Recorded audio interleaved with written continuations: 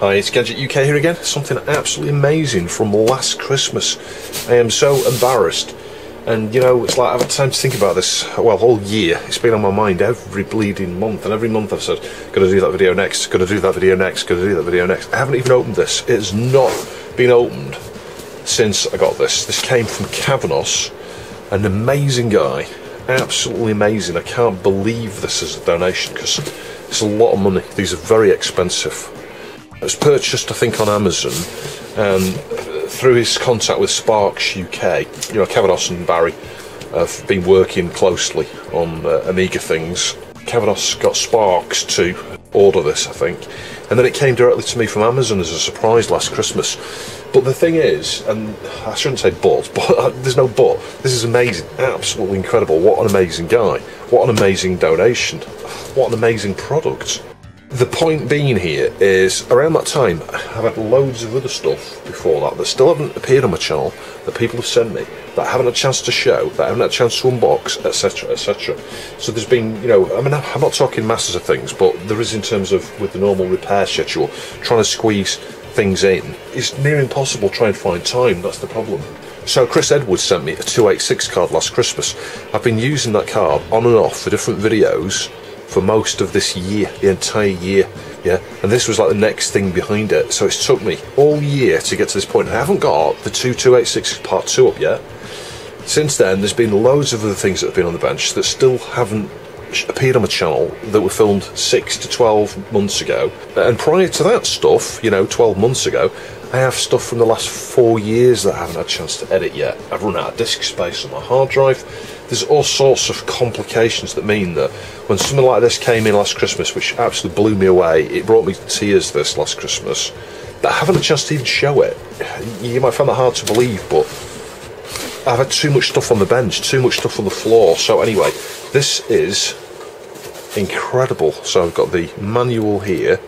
It's HDMI, isn't it? It's got HDMI output, I think, and an SD card, I think, where you can actually record to and stuff. So you've got the screen, you've got a lamp or 2 lamps, I think, then the actual camera part. So this is incredible. I'm not sure whether I'm going to be able to leave this set up because I don't have a lot of desk space. This is the thing. Over the last 3 or 4 years, I've considered buying something like this. I looked a few times, and I've always been put off, not just by the cost, but the very fact that I have no bench space. Even in this environment now, I have no bench space at all. So, yeah, I just thought I'd point that out. Yeah, so that looks like the USB power remotes and things like that. I guess you've got like a USB-C there to USB. Guessing this is powered by USB. Oh, and we've got a DC barrel jack there. So we've got the microscope itself here. So let's just carefully take this out. Yeah, so we're gonna need to remove that.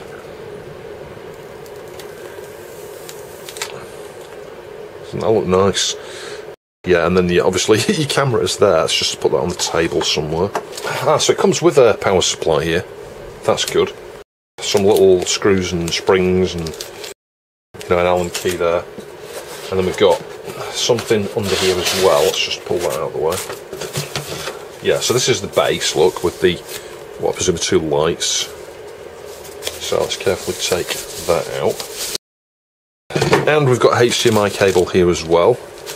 Probably not going to need that. I've got one on the TV, and then another part of the base, I think, here, the stand, you know, it's pretty heavy, that. It's got some weight to it. And we'll take the remote out as well. Yeah, so we'll take this piece out of here. Looks like some brushed aluminium. Yeah, so that looks like that needs securing on there, doesn't it? Yeah, and that is adjustable. You can probably undo that, and then, I don't know, that might turn or twist. And it looks like this can go up or down there, look. Yeah. That's quite nice. It does have a stop point there, so you can't get off the top. Yeah, so we're on knee cam here. These little screws here look like they go on the underside, because they're going to sit, you know, countersunk like that, so they fit flat with the table.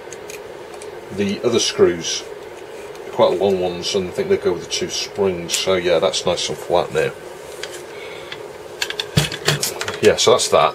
I'm guessing that probably can be undone or something, because this looks like this is tilted over slightly. Yeah, it must be like locked into place there. It's hanging forwards a bit. Yeah, these things, I think, yeah, there we go, bend like that. So you can feed those where you want. Yeah, so the main screen here, you've got the two connections there, HDMI, and I presume that's like a USB-C or something like that, I don't know. And we've got the lens there, you've got to be careful not to get fingerprints on that or scratch that. And I'm guessing this just unscrews here, like that. And this must just sit through there. And probably down, oh god, I banged my bleeding head then. Yeah, and I think it mounts here on this part here. So just tighten those up, that should straighten it and hold it in place. Yeah, I think that's it. That looks amazing. It's not that big actually, so you know what, I might be alright having this on the bench somewhere. You get these little things holding slides, don't you, on a microscope? So, yeah, you could mount those there to help support, you know, hold something down or something like that. I don't think I'm going to bother with that. I don't really see any point to those, because I'm going to be moving a board around. I don't really want anything there in the way. So I guess the next thing to do is try and work out how to power this. Now I know I should read the instructions, but you know what I'm like. Come on, be honest, who actually reads instructions for anything ever? Yeah, so this goes to the plug, I think, because it's long. So that's going to be the USB power. And then we do have two connections here, so these are going to go to the screen. So the strange thing with this is we've got, oh yeah, hang on, so I know where that goes. That goes down here. We've got one for the lights, you know, the LEDs. So you can power that separately, yeah. And then the other connector is going to go into there, and it's got to go that way around because, well, it wouldn't fit that way, would it? So just carefully try and align that. Hang on. Kind of looks like it's bigger than the thing. It's not. There we go, that's it. And if we now carefully rotate this around, obviously these wires would perhaps be best off trailed down the back of the desk there. Same with the power supply. I'm just going to plug the power supply in down here. There we go, power supply on. Welcome. Yeah, I'm not sure, does this have an SD card slot? Yeah, it's got micro SD at the top. So, well, how you switch this on, I don't know. It's that bright in here at the moment, certainly with these lights here. I'm having a hard time seeing these buttons.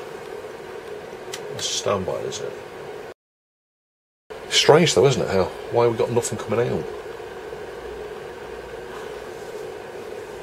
You'd think there'd be something on the screen all the time, but seemingly there isn't. This bit here, I can tell, is how you focus. You can turn it like that. Goes quite a long way. And obviously these would want to be pointed down to the actual point you're actually looking at, which is sort of here. So you want those back a bit like that. Well, it looks nice. So I put some batteries in the remote and I just pressed, I think, the menu button, and the menu came up, but then the screen kicked into life, which is a bit weird, isn't it? And in fact, where'd you point this? I don't know. Oh, there we go. It might be the base somewhere or something, or under here, I don't know. Nevertheless, the screen came on and I just adjusted the focus here and put a little PCB there. So you can see that works really well, doesn't it? Look how close up we are.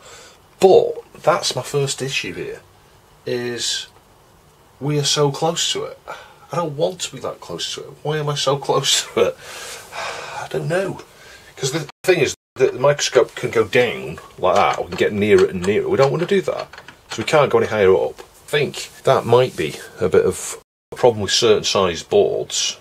These are giving off a bit of heat. I could smell something heating up. Are they halogen or something? I don't know. But yeah, I could smell something heating up. I'm not really sure where the smell's coming from.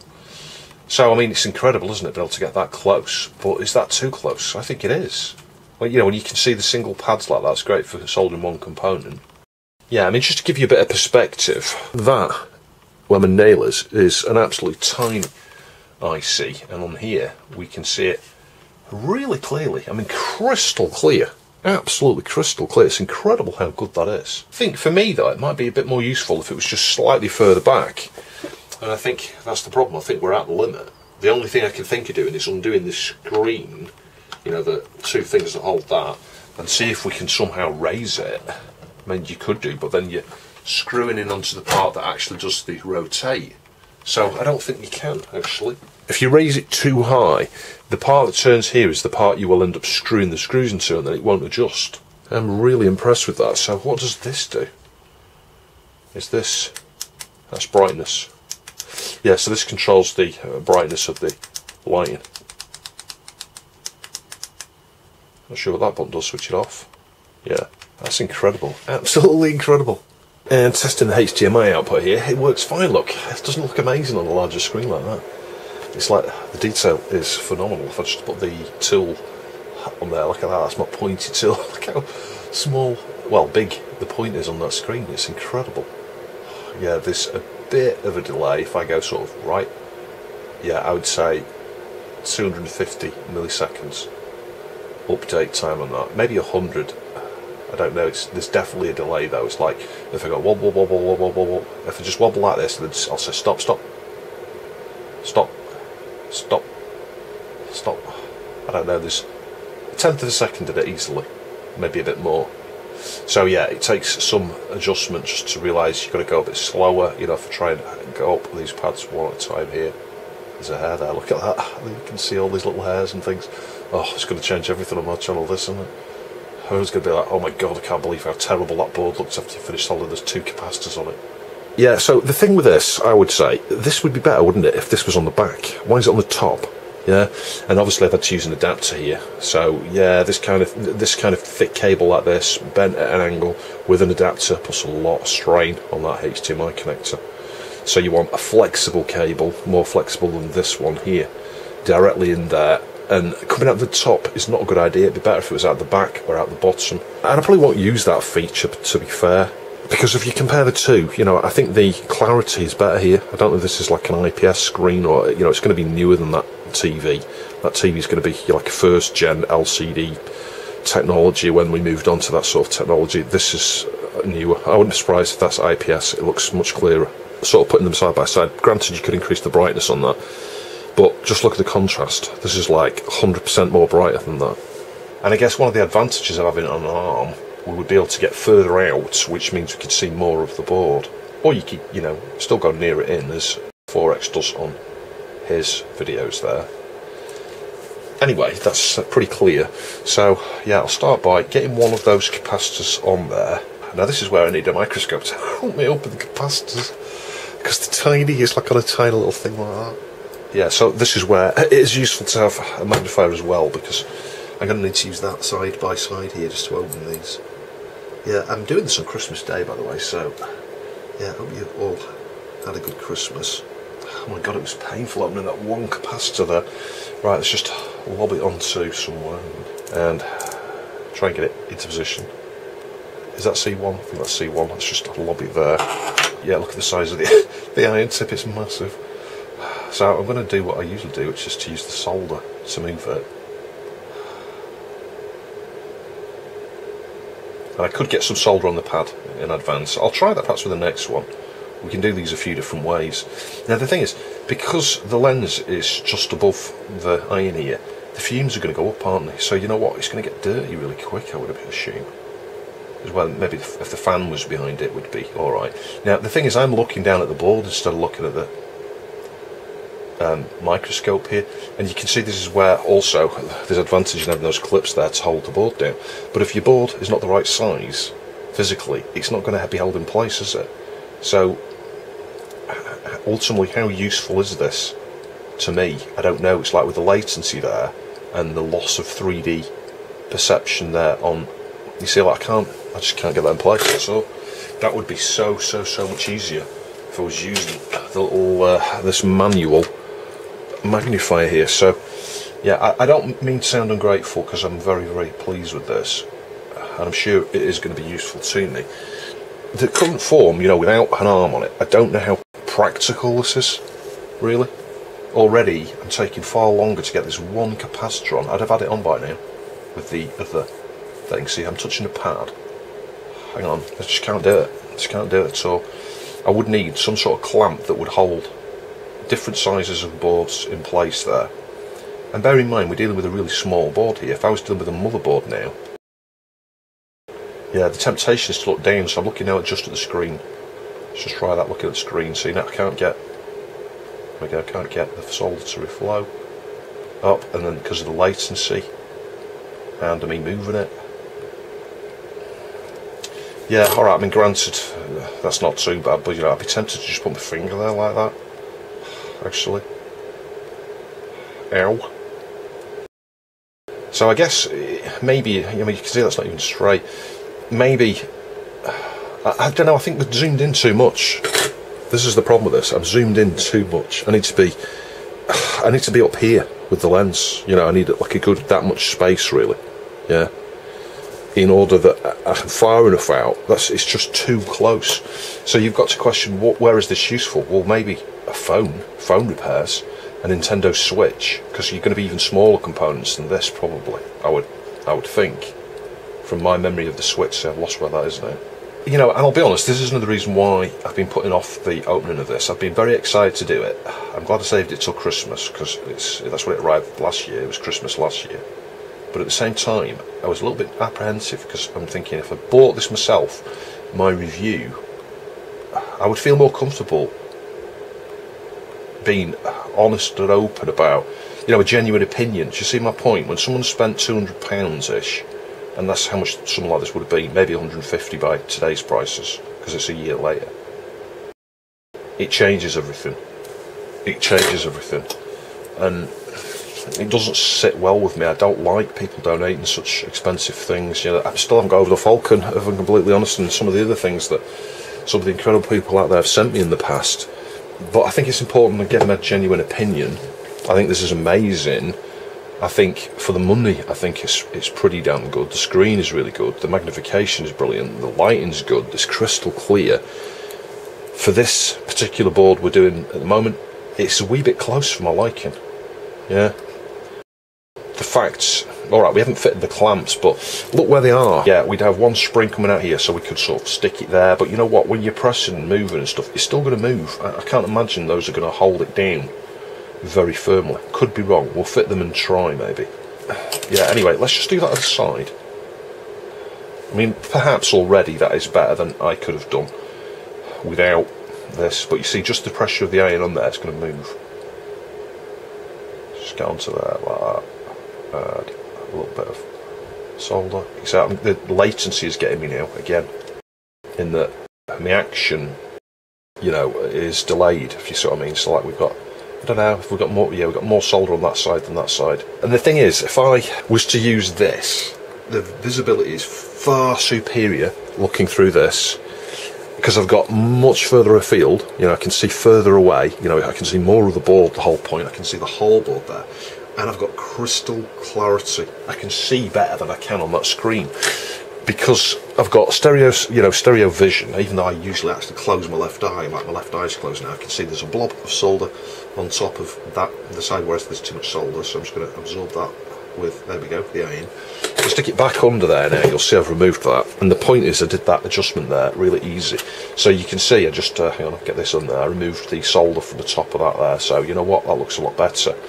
The point is though, I did that so quick, it was so easy with that other magnifier, and it's because we're just seeing this much, yeah, on the little magnifier down there, we're seeing a much larger area, but I can still see it very clearly in terms of the, you know, the points here, the pads, etc. So I think this would be infinitely more useful on an arm. As soon as we're able to raise this by, I don't know, 4 inches or so, you'll get a much wider view, still with reasonable focus. And of course you can move the arm down and get this kind of, you know, clarity up close as well. It's quite difficult when you're working in such a zoomed in thing like that, isn't it? It's like, you know, trying to move around like this now, you're like, you can't see the whole board, you can hardly see any of the board. So yeah, that's C2. I mean, where's C3? See C3 here? Oh, that's C3.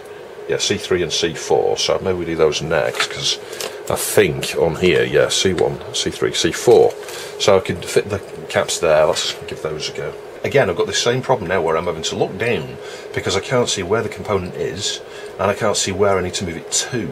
I can see roughly, so I think if I push it up this way, now it's on the camera, so we'll do the top one there. And I should be using the plastic tool because it's magnetic, this. Just get that into, oh god, Bennett, position there. And I think we'll do it slightly different here. We'll get the solder on the pad, let's now just try and push it in. Bear in mind the board's going to move, I think. I can't see whether, hang on, there we are. Push that into position there. That's not too bad, is it? Yeah, alright, I could get better at this, I think, with some time. The solder contains flux, but, you know, adding additional flux to the card would help. Yeah, let's just try it and see if I did way too much solder there. Oh, and again, moving it. I can hold the board with my hand out like that and then just, you know, reflow.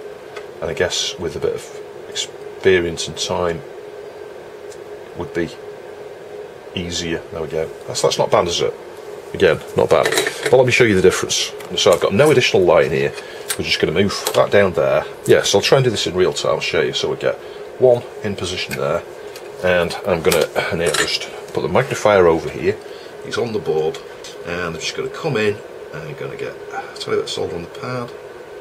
Got my left eye closed, as I usually do with this, using the solder to move it, and move it to position.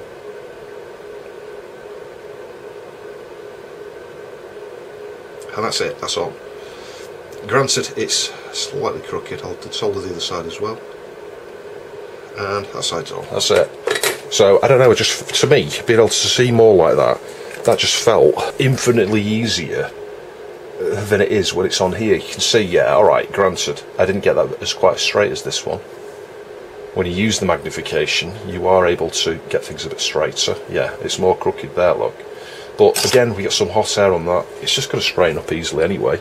So a different video, I'm looking at the Xeno Crisis for the AES here. This is brand new. I only used it to test it, I think, and it seemed to work, I think, at the time.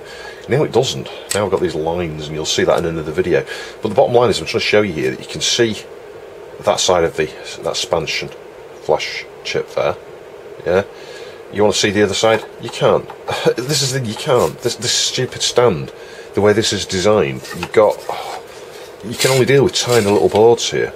This is the blooming problem with this. I can't get any of the angles I need to be able to inspect things here. Anyway, I can check some things out like that. As having CPLD, I can go down the side of it. And I appreciate, as I was talking there, you can't really see what I'm looking at, but you can see around that Salving's chip there, more or less, but then that's it. It's reached the top now, so I can see that side.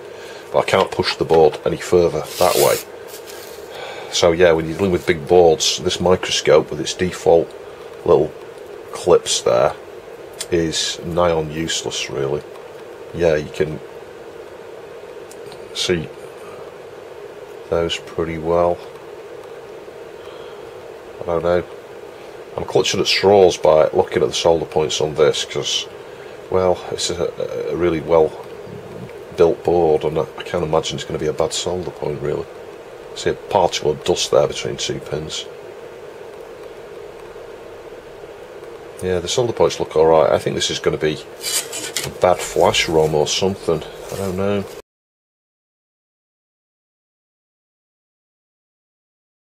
So, lots of amazing things arriving, and some not so amazing things like these SD cards. So we'll get a micro SD card into that in a minute. I've got a 16 gig one there.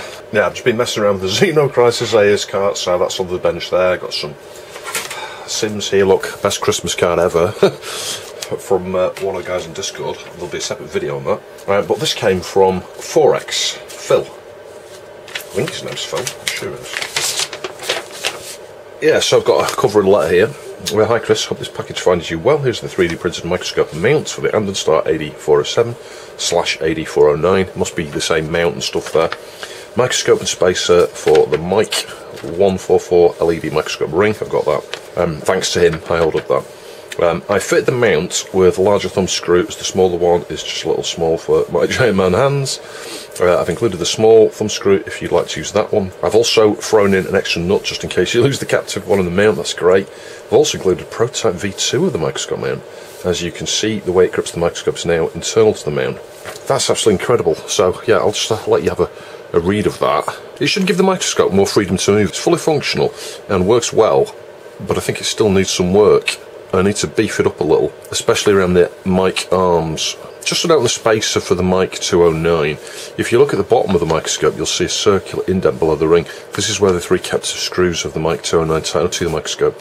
If you use a spacer with the mic 209, align the spacer so there's a little bit of the red ring showing, and you'll get those 3 captive screws of the mic 209 in the circular indent. If you get stuck, just watch my YouTube video. I couldn't remember if you mentioned you were getting the RØDE PSA1 Plus mic mount. I got the 1, not the 1 Plus. If so, throw it in a simple dust cover to stop it getting into the mounting hole, dust getting into the mounting hole when not in use. If not, you can always use it to store little screws and alike. Finally, I've included a tool that I use quite a lot, find it very helpful. It's a component leg bending tool. Oh, that's really cool. It helps you form component legs to the right through hole on resistors, diodes, caps and alike. It wasn't designed by me, it was designed by Lick Freddy over on Thingiverse, so big thanks to him. It's a great little tool for forming component legs. Anyway, enough waffling. Love the YouTube channel. You keep those videos coming. All the best, Chris. 4X Phil. Yeah, I knew it was Phil. I missed it yesterday. Safe carpet, huh? Yeah, so Phil, I'll post a link down to his channel below. I'm sure you've seen 4X, and if you haven't, check his channel out. He does some amazing upgrades and repairs and mods and things. You know, Xboxes, Mega Drives, PlayStations. There's loads and loads and loads of stuff. So I've got a number of different packages here. I've got the spacer, the dust cover, the mount, and Proto V2. And a little bag with the screws in. Now you can see I mounted the RØDE arm here. There's nothing to it. It is literally, you know, just mount the arm, a bit like I did when I did that VGA monitor. There'll be a link to that video, top right. So yeah, this is nice, but it goes up on its own, look, and this is the problem with the PSA1. So you know what, I might have a big problem here, because if he's got the 1 Plus, and I'm sure I followed his link, and I'm sure I did the same one, so maybe I didn't. It's yeah, it just goes up on its own, but with the weight, as long as it's got, oh, I don't know, under 2 kilos, it should just hold itself in place. So I don't know. I think on one of them you can actually tighten this here, and that stops it from moving. And that might be the thing. It might be this point here that if that's sort of tight, it might not move. I don't know. We'll just have to see. Maybe you should have a look at the V2 Proto, because you see it provides more flexibility. Well, the angle I've got this arm, I was looking at how Phil's mounted his, and his is like on the far wall there. Mine's like right here. So I might need more of a turn, more of a twist. Can't seem to cut that. More of a twist than the V1 may permit, just looking at his video. So let's just have a look at the V2 and just see. Oh, that's nice, it's got a captive thing there, look.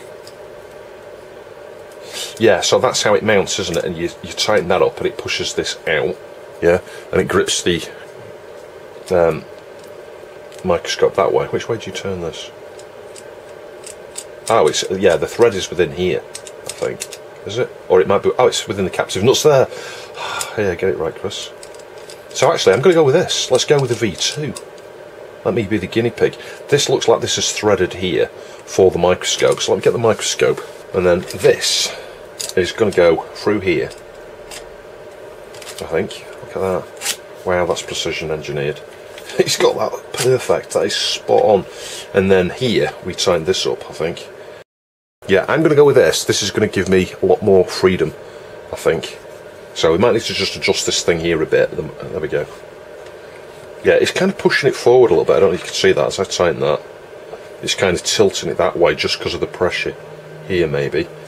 But I don't think that's a big deal because you can adjust the angle of the thing anyway. So let's now try and mount this on this. And I can't quite get that into shot there. Sorry, yeah, the camera's bouncing all over the place. And as I say, it wants to pull itself up. This is the problem with this. It wants to pull itself up. So, how would you... I don't know. How do you screw that in? Really, you should mount it onto this first, I think. You know what? That'd be a much safer, better idea, wouldn't it? Because it's going to launch my microscope if I'm not careful. How does this mount? That twists like that. Yeah, to get this on there, you've got to rotate this round that, I think. That's going to be a bit of a problem because you can't do it when it's on that. So actually, let's just take this off. Yeah, and attempt to mount this on here. Now, does this need... There you go, you can twist that out so we can try. Hang on. Oh, you can screw that there. Oh, I could have done it that way. You do it from the top. It's not the easiest thing to do, if I'm honest, because of... There we go. The angle that everything's at here. Let's try...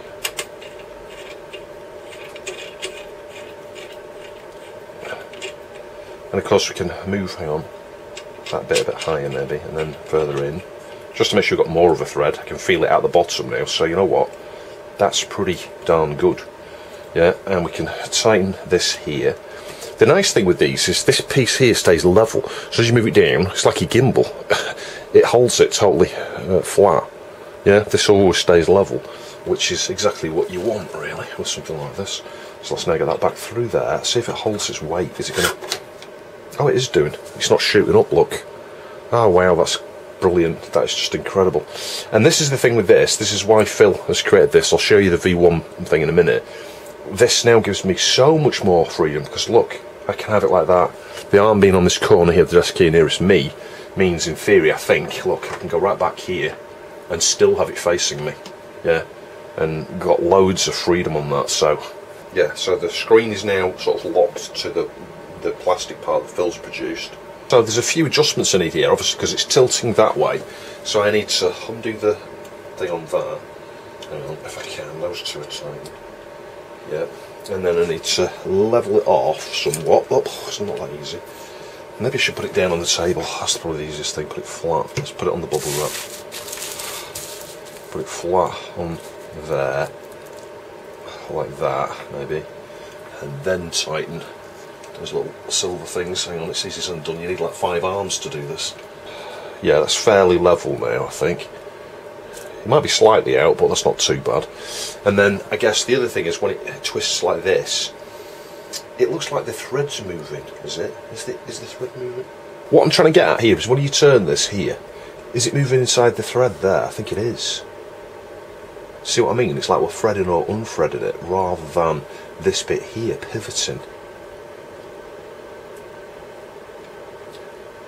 I can pivot it like that. Yeah, this tells me this is not tight enough, I think. Maybe it's this, the big bit there needs twisting. Yeah, it does. No, but the big bit's not moving. It's moving on the thread. Anyway, I don't really see that being a problem, but it might wear the thread and ultimately it might give way. Anyway, already with this, I am very, very pleased with this. I need to now somehow route these wires, and they're going to need extending, aren't they? Because that's for the light, yeah? I'm not sure we're going to be able to use that with the new light. I'll have to see. And the USB cable, or the power supply rather, is definitely not going to be long enough. This lead on this power supply isn't going to be long enough. It's going to come up the arm here, and then it's going to, yeah, it's going to be too short. So I'll have to extend that. It's not a problem. We can just, you know, cut into, well, I can actually get an extender. It's just USB, isn't it? So I could just get a male to female USB for that. I think the next thing to do is actually have a look at that light, you know, the light module I've got, and see, can we power it from, let's move some of these things out of the way, can we power it from the same thing? Now, if I'd been paying attention, I would have picked that up in his video, but I don't know whether I saw that bit. I think he just had it already connected, actually.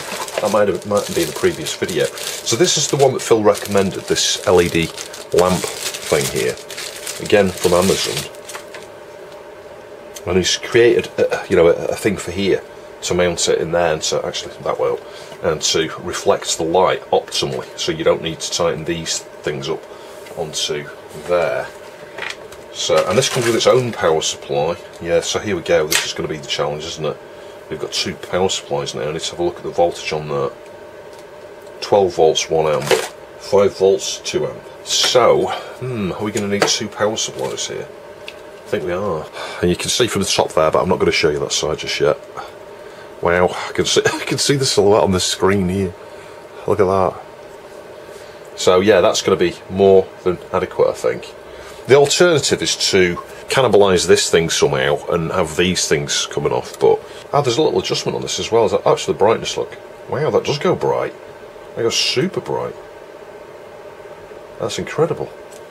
So yeah, I like that. You can have a direct look at it there. So it's like Christmas Day, this. It really is, all these things with dust cover, spacer, and mount. So yeah, show you the V1 mount at the end.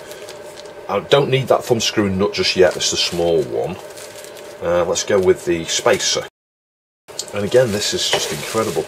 I really like the creativity as well. It's not just the fact that Phil has designed these himself, you know, he's modelled. and prototyped and worked his way to the end result on these. But he came up with the idea of using some silver, aluminium foil, and I've got a roll of that actually somewhere, and putting it on here. And then this is the part that's going to face down where the light is going to be around it. It should go like in the centre here, look. Which means this maximises the light reflection down onto the surface that you're looking at and then back up to the microscope.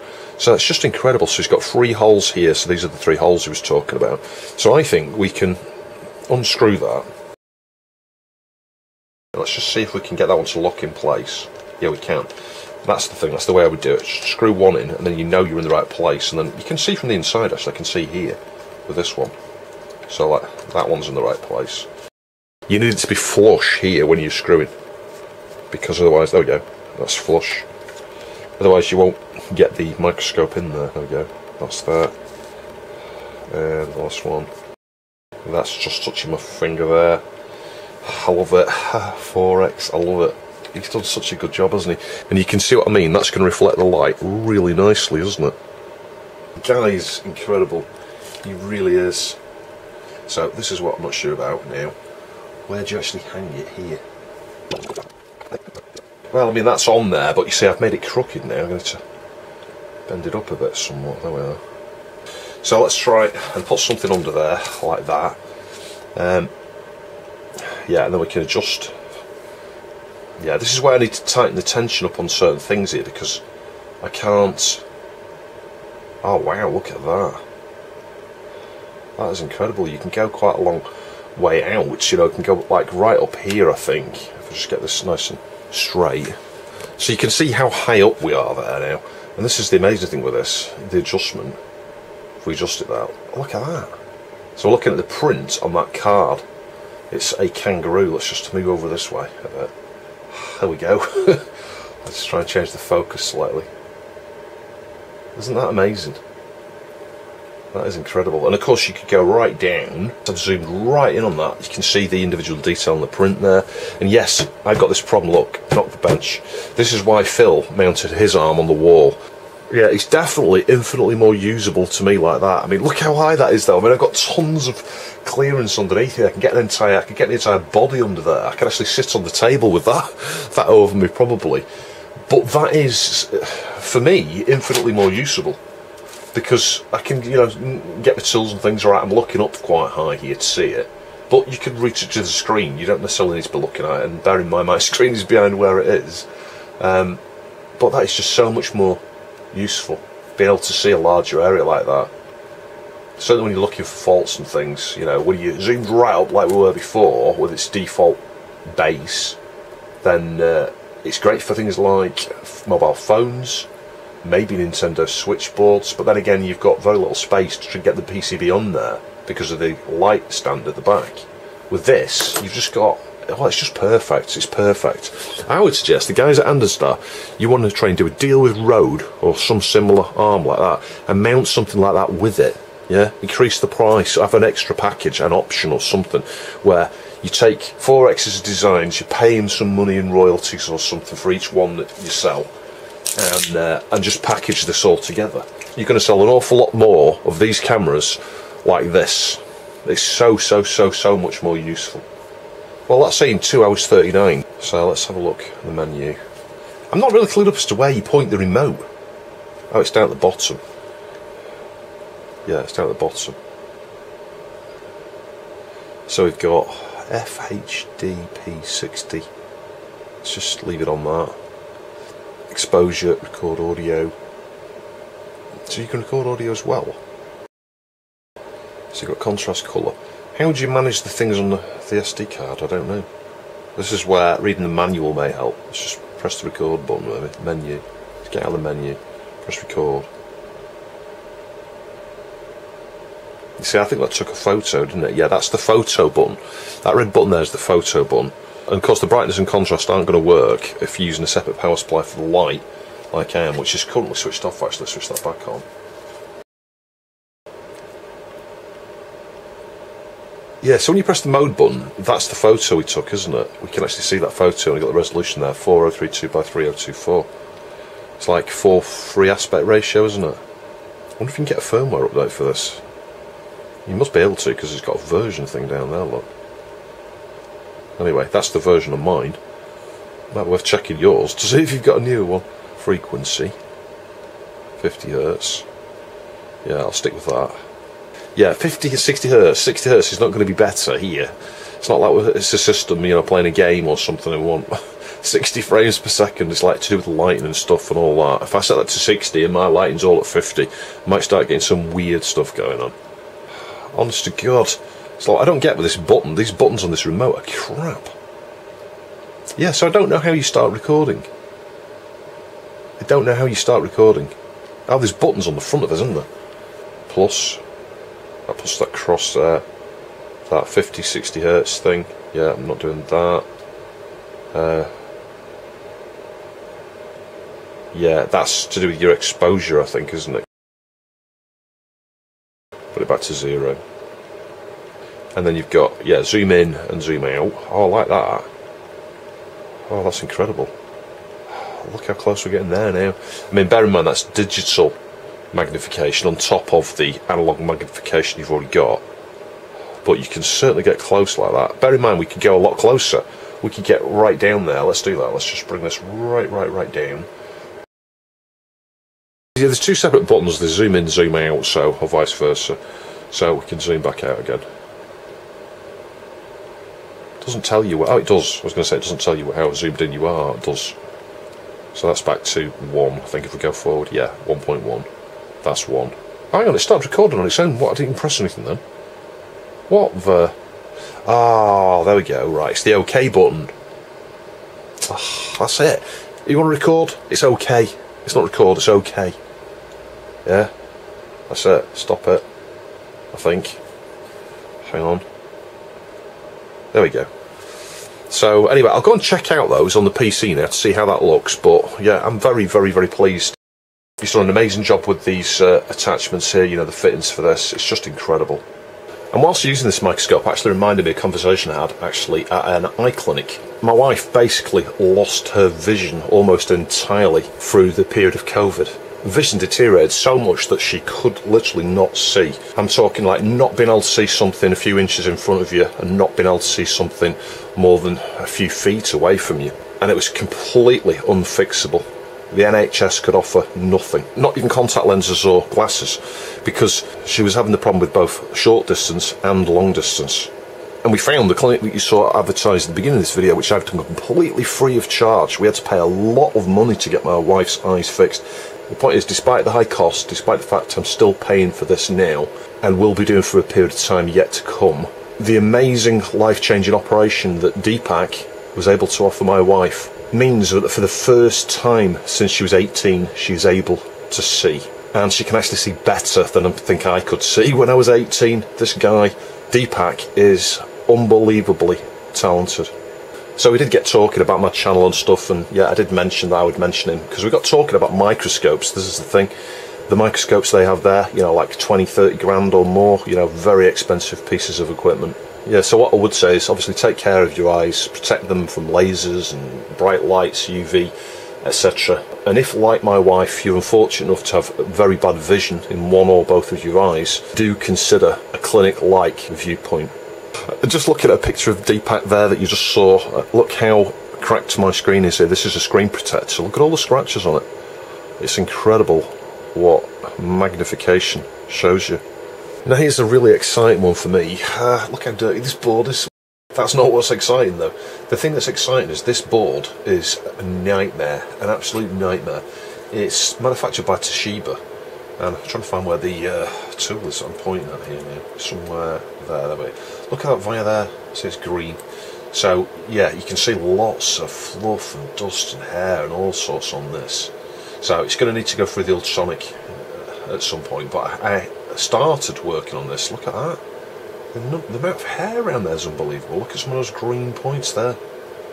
It's incredible. It's been recapped, and well, no surprise, it didn't work. I'm amazed all this hair's on there though. It was in a very dusty environment, it wasn't protected. So yeah, and yeah, we can see things here that I just could not see, including some of these vias here like this. I mean, look at that one, that's shot. I probably couldn't even see that via before. And that one down there. The wires on this are so small, is the point I'm trying to make, that even with extreme magnification I could not see anything. And again, I can see some green wires here. That looks green. Oh, look a bit green, don't they? That looks greeny. Oh my god, it's like no wonder this doesn't work. Anyway, when it's been ultrasonicked and I get this microscope onto the job, I actually think if it is a board, you know, damaged somewhere, one of the wires, there's a chance I might actually be able to fix this. Now I've got this microscope, but without this microscope it would be impossible, absolutely impossible. It was ahead of its time. Toshiba were well ahead of their time in terms of manufacturing, because this is from an old XT laptop, I think it was. It might be a 286, I don't think it is. I think it's an XT. And oh god, look at the hair there. Yeah, it was well ahead of its time in terms of the layout, in terms of, you know, the size of the traces. They're so fine. I've never seen anything like this, predating this board. But yeah, nevertheless, the problem I had, I mean, look at that one there. It's probably, you know, joining the ground plane up or something like that. You get problems in a wire like that. You could have, you know, ground or VCC or whatever supply is supplying missing somewhere. And you can see some little wires here where these were scratched off and checked and stuff, but, you know, I might have to remove these caps again to check that. You can see where I fixed one of them here with a wire going across through to the other side, because it was damn near impossible to fix some of these things. Anyway, let's just flip it over, and I'll obviously need to adjust the focus again. But I mean, this is the beauty with this, that I can, you know, just maybe even just pull up a little bit to get further out, and then adjust the focus. Yeah, it bounces a little bit on my desk. Lots of hair again, look, tons of it. Look at that there. Wow, I never spotted that. I'm spotting things here that I had no clue about. Maybe that's the one that was fixed with that wire, but I don't think so. I mean, yeah, that's going to... Oh, hang on. No, it's not a wire. It's actually... Look at the angle. It's actually a cap or something that's been soldered on there. Yeah, that's just heat damage around it, I think. Trying to follow these traces was near impossible without this level of magnification too. You know, again, the wires just look terrible, don't they? They have this... See how they like sink? They're like depressed into the board, and half of them just get dissolved off. Even at manufacture that seems to have happened, because even the ones that are good look like that. Yeah, these things were almost destined to fail, really. But anyway, if we can fix this, then great. Jay's Vintage Junk helped me out, actually, because he did some measurements of some voltages on the same power supply on his working one. My fear is that chip there might be dead on this, but anyway, we'll get to that in the video when we come to cover that. It might be a conformal coating, but they look really green, don't they? And it's also amazing how dirty this board is. There's so much dirt and fluff. You can see where I recapped it in the past, and I thought it was relatively tidy at the time. It doesn't look it, does it? It definitely needs to go through the ultrasonic cleaner, though. Look at that hair there.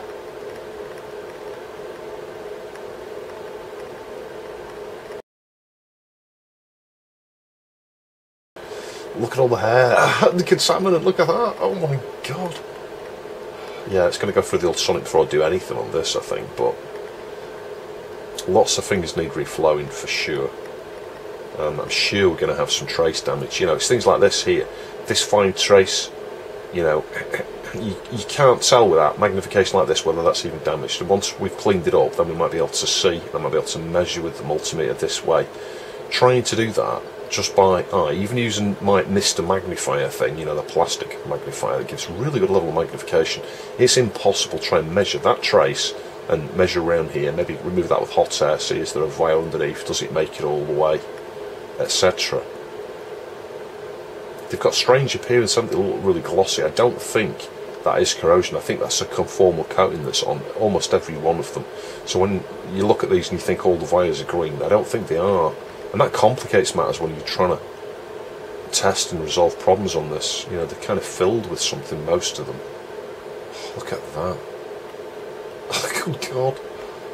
It's alive. There's that much hair on there. Look at these. This arm infinitely empowers this thing. It makes it so much more usable. It really does. It's night and day. This microscope without an arm like this.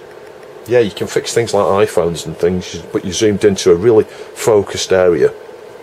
this just opens it up completely. It just makes a world of difference. It really does.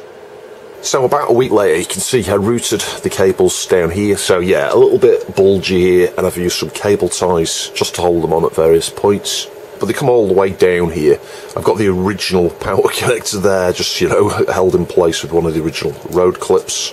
And what I should have done really, in retrospect, is fed them through this, you know, it's like a plastic strain relief or something here. I'm not sure how that comes out. It does sort of pull out so that you can feed the cables through at this point and then up through there maybe, and actually in through the centre of this. And then they would come out here. So you can use the internal channels, but I've just clipped things on the outside. And you can see how it's mounted on the desk here. Because I'm not sure I showed that, so, you know, it comes with this bracket like this, you know, and it's one of these where, you know, you tighten up this thing here as I showed when I unpackaged it, and it's really firm on the desk, you know, and you've got a reasonable depth there. But if you've got a desk where you've got wooden bits or something, I think Vince has got one of those. I was talking to Vince about this mic arm here and the stuff that 4X produced in reference to Vince's microscope, because I think he's got exactly the same model. It's an AD407, I think, isn't it? And his desk comes down like this, so this probably wouldn't fit. But that's where that round piece comes in that I showed you earlier. You can cut a hole in your desk and fit that round mount, and then mount your RØDE arm into that. But the nice thing is I can just move it out of the way like that. You know, obviously I need to be careful I don't scratch it on the wall, but it just holds in position. And then when I need it, I can literally just reach over exactly where I need it.